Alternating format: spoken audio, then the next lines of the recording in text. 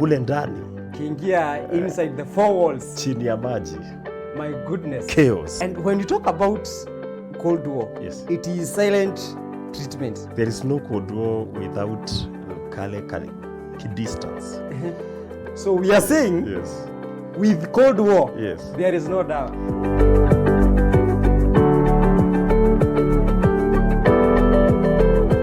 Good evening. Hello. How are you? I hope you are doing well and you had a great week. Yes, I had an awesome one and I thank God for the grace.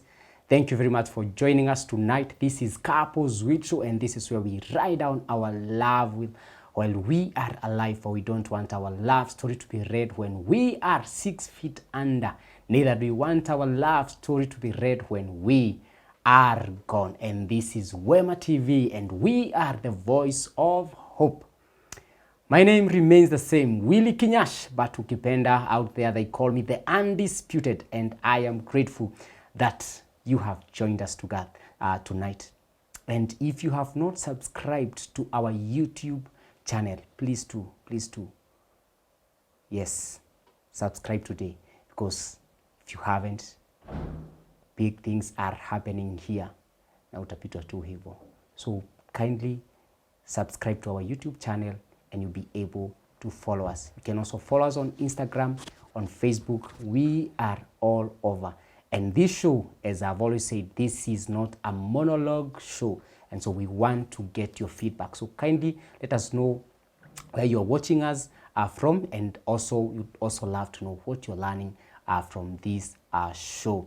And thank you very much for all those who have been giving us their feedback. We really appreciate so much. And just like that, mwaka ndio inaisha.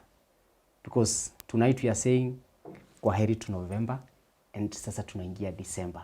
We are now counting days to Christmas. Yes. How has been the year? I believe that it has been awesome and the Couples Will Show has been a blessing to you. And tonight, we are having a hot discussion. This is one of the topics that can make you not to write your love with if you're not careful. And so we are talking about the Cold War in marriage. Yes, Cold War, silent treatment. That is what we are discussing tonight. And I am hosting one, Pastor Amos Kihoro, and he is the youth coordinator with Unbound Nairobi Project. He is one guy who is helping young people and working with young people to graduate, to come to this other side called marriage. And he is helping them how to cope with each other when they come to this other side, so that Cold War haitapatikana. So, yes sir. Yes. Karibu sana. Asante. Great to have you here. Great that you are having me and also to be welcomed. Yes. Such a privilege. Yes, asante sana. Asante sana. Karibu sana. You can say hi to our viewers. Yes. And introduce yourself. Wow. Yes. Asante sana. My name is Amos Kihoro, and I'm a pastor with Pefa Churches and a youth program coordinator. The Youth Factor. That is a generation, that is a group of people that you really cannot write off, talking about a nation that is growing and this great world. Asante sana. Thank you very much. Yes. Sasa leo tunaongea mambo ya Cold War. Silent treatment. Sure. What is Cold War in marriage? I would call it a deceitful hostility. You're using difficult words, bana. Yeah? A deceitful hostility in a couple, a married couple. Well, intended to maybe deal with the current issues, but in a long term, it creates more mess, creating like an emotional disconnect between the two. Yes. Okay. Yeah. Calling it deceitful, it's because somehow it doesn't look to be that bad, because publicly everything is okay. Yes. That wonderful couple, you know, everybody looks up on you. but kule ndani Ukiingia inside the four walls, chini ya maji, my goodness, chaos. and when you talk about Cold War, Yes. it is silent treatment. So tunapitana kama highway tu. Yeah. Nuko super highway. Yeah. Mko kwa nyumba moja. Yes, there is no Cold War without distance. Well, physically you're together, but so far apart. That is to say, hata tukiingia pale kwa bed, Yes. kuna silent treatment. Silent treatment, and maybe even looking different directions, as in no talking. So I can't even get my rights. How do you get? Where do I begin? No, if it is Cold War, it is actually very cold. So we are saying, Yes. with Cold War, Yes. there is no dawa. Hakuna. Utaipataje? Hakuna dawa. The environment is so hostile for dawa. Dawa can't work. Then Yes. we better receive a dosage tonight. Tuachane na Cold War. Man, this thing is totally destructive. You know, making you feel like a stranger. Yes. With the person that you've been living with. Yes. There is no like physical hostility. Yes. But it is There's serious. no communication. No communication. Yes. It's so like an emotional hostility. I can call it so. Like you're there together, but you are actually not together. But the moment you walk out of that door, yes. Oh, yeah. Mko salama. Now, in fact, it makes it even worse when you're not talking. Alafu kasimu kapigwe. The person who was not smiling, anatoa yake All yote. over, yes. And then All of a sudden. And then you're wondering, kwani hii smile shetani. ni shetani gani ameiba smile yangu? Alafu labda ni kinyasha amepiga kwangu. Anatolewa tu mistari tuzuri. And anapatiwa the words that I'm missing, that I'm not being given, or even I'm giving out attention to someone who the attention that I'm not giving. You are affirming someone out there, and the person you have right here, Yes. you're not affirming him, you're not affirming her. I'm telling you. So That is dangerous. That silence is so loud. You know, there are times when silence is so loud. Yes. And at home when there is Cold War, that silence is too loud. Somebody said that instead of going through Cold War, Yes. you'd rather come unichape tumalize. Yes. You know, Cold War makes you feel helpless because you actually don't know what to do. Because there is already a distance between you two. And there is no way you feel like whatever you're going to do is good enough to solve. That helplessness makes you not to act on bringing solution. So you'd rather, you know, when I'm angry, if you make me angry, I will react and do something to address this issue. But when there is Cold War, there is no platform to address the issue. So we uko na mashida zako na makasiriko yako, if there is such a word. Yeah, makasiriko ziko. Makasiriko yako, but you don't know how to bring it. Yes. Because maybe the other person also makes you feel like powerless. Like whatever you do, I don't care. I was expecting it. Or even, well, continue with your life. I continue with mine. You are worthless. You are of no value. That is the loudest communication. Talking about that, Yeah. can one even enjoy peace while you are treating your spouse that way? You can't. Both of you are victims of what you're going through. So So you cannot enjoy peace. how can you enjoy peace when there is no peace at home? You know. So we are saying, when we are going through Cold War, Yes. we are creating an environment where we will not be able to enjoy peace of God. There is no peace. There can't be peace. In fact, that is the reason why when people are going through Cold War, you opt to be out of home rather than be at home.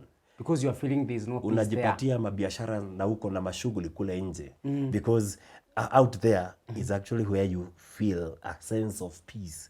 But nearing your home, Unauza, nimerudi huku tena. unashindwa sasa, what am I going back to do there? There is no peace. So even peace of God, where do you get it? So what causes this Cold War? quite a number of things, but I would say communication breakdown.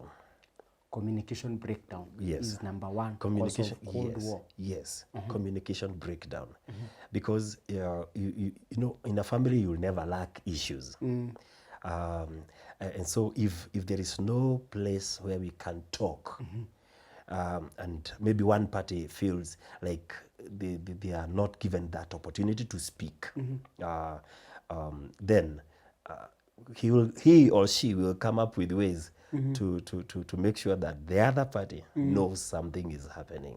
So communication breakdown, and Kenyash, there is a problem in our marriages, because in the beginning, have you ever had people say that if you see to a guy and a lady in a vehicle, traffic jam somewhere, and they are not talking, Just know that is an outright marker that this one... they are not couples. No, if they are not talking... They are not a couple. They are a couple if they are not talking. If they are talking, If they are talking, they are not a couple. If they are talking, labda ni majirani, Ni jirani. ama colleague at work, Yeah. or mabeshte, but and actually it can be true to some and that extent. is very sad. It is very sad because, well, it didn't start like that. What brought you together means that you are talking, you are enjoying whatever, you're looking forward for an opportunity to Meet this person. to meet this person and Yes. come up with an interesting topic and a memorable thing that you looking forward. Have you ever remembered something that you shared with your spouse, with your friend, and you laughed all alone, Yes. and you're like, oh goodness, how could she say so? You know, what would she have said if on this matter? Because there is communication that is enjoyable and memorable and interesting. However, that is missing out in most of the marriages. I don't know what happens. Maybe it is our way of socialization, where ukishaingia box Ni hivyo. sasa na kutolea true colors. Yes. Alafu maybe the power game ndio nikue powerful, then na niweze kuplay with your mind, and it happens in the African setup. The man, either the man locks, he's not now totally open, he's a bit closed, and so that gap can create in the communication breakdown, and it works well in creating these code wars, causing code wars, because at one time I want you to talk. Yes. So if I want you to talk, then I'll do something that will make you talk, even if you don't.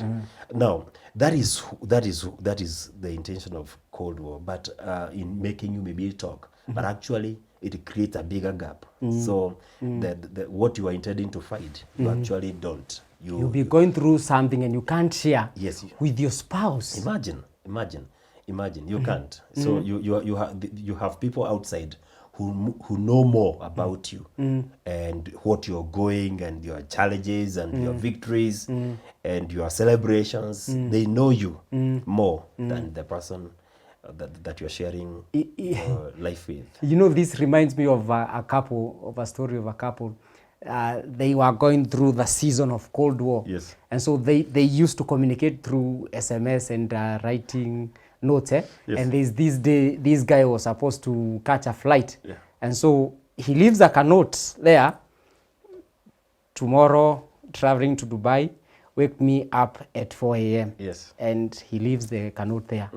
And the wife woke up at 4 and wrote a note. It is 4 a.m. Wake up.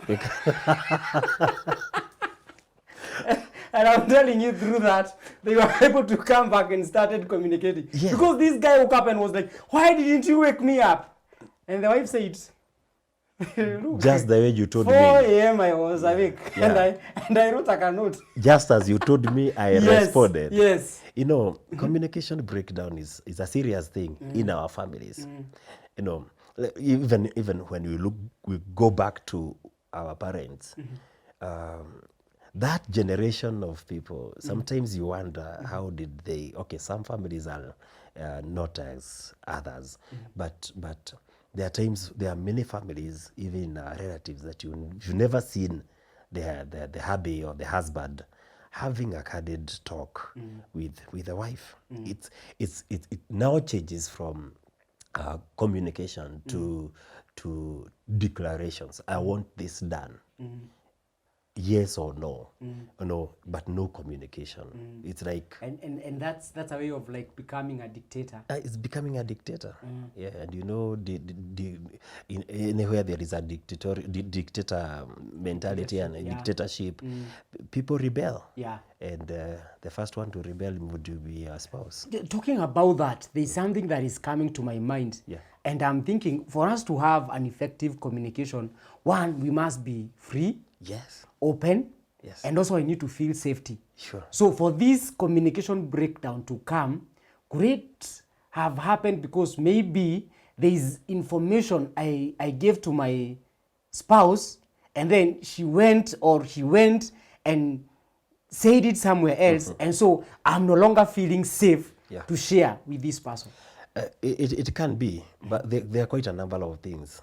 That one being that because I need to be so secure with the information that if we talk with my wife, I know that what need not move outside the walls will be there. Yes. But if we communicate and share something, and then I'm like, I don't know whether the following morning there will be a whole village Yes. knowing exactly what you're going through. All immediately we finish, we put a pause. Then the mother-in-law, the brothers, my mom and my dad, they are calling, ati tumesikia nini kinaendelea nini huko? kinaendelea, you know.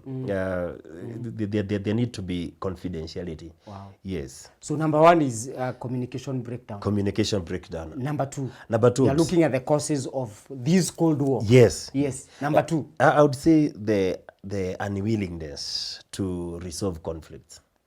unwillingness to resolve conflicts. So there's a conflict, There are conflicts. but you have refused. Conflicts hazikosi, but somebody said that most of the times there are the two people, the couple, there is always one who avoids dealing with the issues, and there's another one who confronts those issues. The other one, there's one who feel like there will be peace if they avoid. Let it be under huko chini. But I'm thinking, Yes. are some of them really talking of kutakuwa na peace, or some of them it is pride? Even pride, you know, quite a number of things. But looking at conflict manage or conflict resolution, you know, it takes two people, conflicting people, to sit and say, now we must be intentional in solving this. Yes. And not just be intentional, but also timely.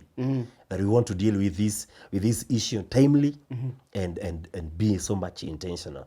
But what we have in most of the marriages that eventually go through Cold War is management. The management of the conflict. Hii kitu hatutaki spill over. So we will never address it, but we keep it. Yes. But once we keep it and everything goes as normal, actually we incubate a problem. It becomes a time bomb. And there comes a time when somebody cannot take it anymore. You know, inafika tu time unasema kaa ni baya ni mbaya.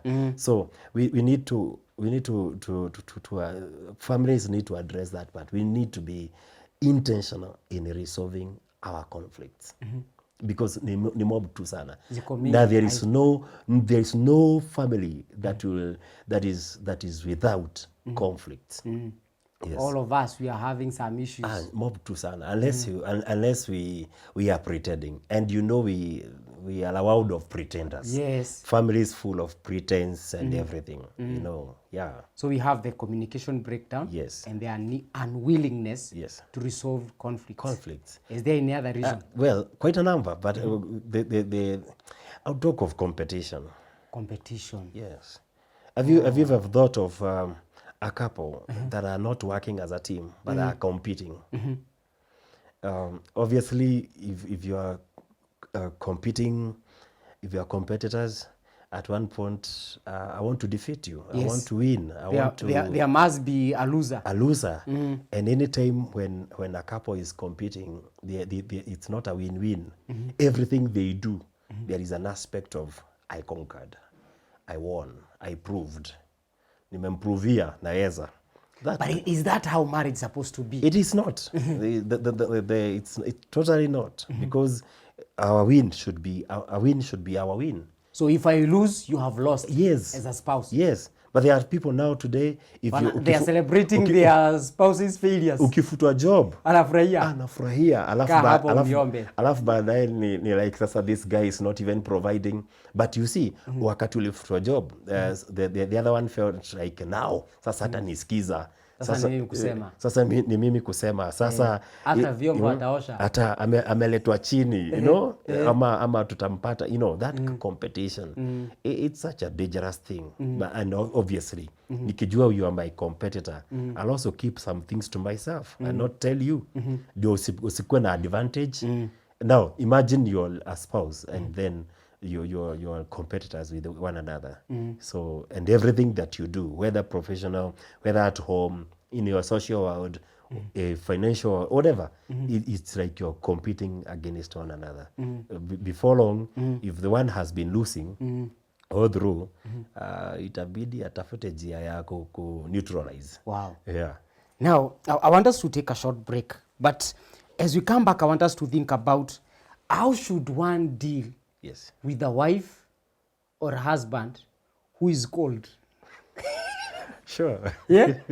So we are coming back. We are coming back. Yes. Asante. Thank you, our viewers, for joining us tonight. This is Couples Will Show, and this is where we write down our love will while we are alive, for we don't want our love story to be read when we are 6 feet under. If you have just joined us, karibu sana. We really appreciate. This is Wema TV, and we are the voice of hope. And tonight we are talking about Cold War in marriages.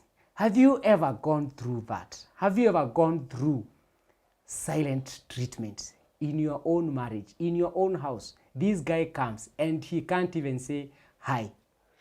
Maybe you can share with us what you have gone through. For how long did it take? There are those who would say for 3 days, 1 week, 2 weeks. Kindly, feel free, you can share with us if you have ever gone through this. How long did you face this, and how did you come up, or how did you come together and resolve this issue? So let's continue. I am hosting one, Amos Kihoro. Asante sana. Thank you. So how should one handle a husband or a wife who is cold? Well, there must be one person must be willing to seek or to provide solutions. It has been said that you either cause problems or solve them. So if one has gone cold and you don't want the status quo to remain, then you must do something. And one of it, I would say, give them a reasonable time and space. Reasonable time and space. Because everybody needs their space. And if they are cold, I'm not talking of now you create your own, you also become cold. You as you give them reasonable time and space to be themselves, maybe to assess the situation, but at the same time create space also to speak. Yes, to communicate. So if you're seeing something that is happening that is not right, and that person is cold, the first reaction somebody gets, somebody may get, is to go as cold as the other partner, but that will not resolve. So if that person is cold, one, give them that space. Get to know. Could it be that this person is going through some issues anahitaji kuzidili nazo kama yeye.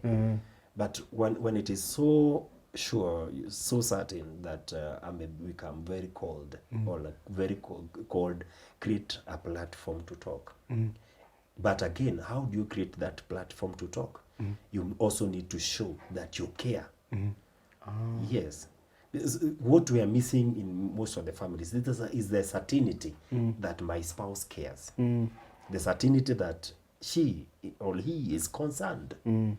Now, if I'm cold and I'm so sure or she creates that certainty that she is concerned and she cares, that opens up. That in itself is an icebreaker. Yeah. But at home, one goes cold and knows that my spouse cares less. Of course, we are created different as men and women.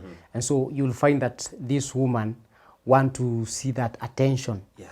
And this man, probably he want to see that respect. Yes. So maybe the issue of respect and attention, this is what could be making this person to be cold. Sure. Because I'm in this house, but as a man, I'm feeling I'm not respected. Yeah. And so that makes me to be cold. I mean, I'm the woman in this place, but I'm not given the full attention that I want to be given. Yes. So how should we go about that? Talk to couples. You know, we must open that can of worms. And one of us must be ready to open it up. Let us not deal with it when it is closed. You know, if there is a problem, let us lay it bare with all respect, with all honor. Because when it comes, that is a conflict, and what makes a conflict even become escalate more is when you are trying to solve it, and you are trying to solve it your way, or even you are blind from the realities. Let us lay it bare. If it is an issue of respect, and for sure, my wife sees for sure there is somewhere where she did it wrong. Let her accept. Amos, I did wrong. I'm so sorry. I'm going to make it better. And if she opens that can of worms, and maybe I have not been affirming and showering her with love, then let it be my responsibility. That quick response to say, well, Flo, my wife's name is Flo. Flo, yenyewe mtu wangu ni sija kupenda sana, ama sijafanya vile love vile unataka. Sasa nitacheza kimimi. I'll do it. I'm so sorry that I hurt you. But most of the times it doesn't happen like that. We must accept. Then we must own up. And sometimes, well, I'm not saying that you become like we bring in the victim mentality in a couple, because again, that one messes up. By the way, I escalate even more the Cold War. If a spouse, one of the partner in this marriage has a victim mentality, itakuwa ngumu, but we need to change. But we need to be forthright in opening up na kusema hapa. This is the issue. This is the issue. Yes. And the willingness of the other to also look at that problem from the lens the other person. Because most of the times we only look at the issue from our own lenses. And you'll never know how it is hurting to the other. You know, Cold War comes up with something that I don't know whether to call it selfishness. It's about my pain. It's about you're not thinking about the other person. He or she doesn't matter. She's the one alianzia kunyamaza. Yeye alianzia kunyamaza. Sasa sasa ndio siwezi. Sitalo. In fact, hata chakula yake sikuli. Kwanza anawekelea food hapo hivyo. Niko sawa. Hata saa zingine you are not speaking. You're not even talking. Alafu wanapata chakula iko tu pale haijaguzwa. Kwanza unajua inawekelewa, alafu labda anaenda kulala. Asubuhi ataikuta hapo. Alafu labda akiuliza kwa nini sikukula, maybe hata atakuuliza saa ngapi na muongeleshani. Anachukua na mwaga, ama anafanya yote vile. Then maybe the following day anafanya tu hivyo, I'm not eating. Alafu maybe anaweza fika place aseme now I'll not be providing food, ama sitakuwa nikimletea, na that is the siku ambayo nitaitisha food yangu iko wapi. You know, it's an issue. And kuna mtu alikuwa anasema that unaekelea food hapo, alafu maybe akifunguka nauliza, why did you not eat yesterday? Na unasema, you never told me that the food was mine. Because you came silent, ukaeka hapo. I didn't know kuna kama ilikuwa yako. Maybe ilikuwa yako. Ama ya watoto. Yeah. Na stai kuonekana kama mimi ni kibebe. Yeah. By the way, kuna hiyo issue ya food and many other issues kama hiyo sasa ya kuitwa. Unaitwa na kanot. Yes. Unajipata umemiss flight. Umemiss flight. Right there umeenda loss. Yes. Kwa sababu ndege ikiondoka imeondoka. Imeondoka. Ama saa zingine your favorite suit inawekwa pahali huwezi kuipata. Pahali ama hata inapigwa pasi inachomwa. Ama hivyo then. Nimeshaifanywa hivyo. Ama well, let us not make it open here. No, not really. But it happens. Ile unapenda inachomwa. Ama ile siku ameona labda this is what he will be dressing, putting on tomorrow. And I make sure that your favorite shirt ile inaendanisha na hiyo longi utaipata kwa maji. Nashangaa kwa ni shati. Labda hata ilikuwa safi. Imetolewa kwa watu, imetolewa kwa maji. Intentionally. Hauvai, you cannot look good. Yes. You know, it's quite issues. Na watu wanapitia silently. But if you don't address that thing in time, somebody said if you don't deal with a problem in the problem level, it becomes a crisis. Now, when it becomes a crisis, to reconcile is hard. It has graduated. Graduate, wood deeply within. And then afadhali kuheal the woods zile ziko physical. That is hii kitu that has taken time kuiva. Because by the time we are speaking, it is actually now a crisis. Yeah. And this crisis may even be beyond reconciliation. However, there is nothing that is beyond reconciliation. However, we need to ask, what is the impact of this Cold War that takes a lot of time to be solved? Yeah, because maybe we have lost perfect couples, people that would have been together, people would have shared a lifetime together. They were made for each other. There is such a word, made for each other, but just kakitu kidogo, Cold War, then no one is willing to pave way, to calm down. You know, everyone is waiting for the other. Yeye ndiye atabao first. And na huyu mwingine wewe ndio utabao first. And then by the time munakuja to realization, both of you are seriously wounded, and maybe the only way to heal is to part. Wow. Which is it's very sad. Very sad. Na imeruin so many marriages that were perfect marriages, that could have become perfect marriages. Wow. Yeah. Now, every time we have a problem, we need to look for a solution. Yes. So how can we end Cold War in our marriages? I would still give what I gave. If we are talking of communication breakdown as a cause, then let us be intentional in nurturing our communication. And there is somebody who was asking, was saying that for communication to be a serious, good communication in family, we must think of some parameters. Allow me to talk of like 3. Okay. Is our way of communication interesting? Is it enjoyable? Is it memorable? Let us talk only on that. Because if we are not sharing good moments when there is like no big conflict, then when there will be a conflict, then what will bring us? I see. Yes. If there is nothing memorable between me and my wife when during the peaceful time, like we don't talk, and when we talk, it's nothing interesting. It's about hakuna pesa. It's about kids going to school. It's about kuja na diapers. Fanya shopping. You know, just that on that level. Then, when there will be conflict, there is nothing for me to desire to go back to. Yeah. So we need to nurture our relationship, our communication, and actually build it to that level that it is interesting, that level that is enjoyable and memorable. We need to come to a place when, like, we are working, that you're looking forward to go home and sit with your wife and sit with your spouse and just talk. Yes. You know, have you ever wondered why maybe you have a friend who mukikutana, you even don't know where topics come from? They flow. There is a free flow of topics and talking and talking. But when you go back home, you are like, guy, now okay, what do I want to talk, but what will I talk about? You know.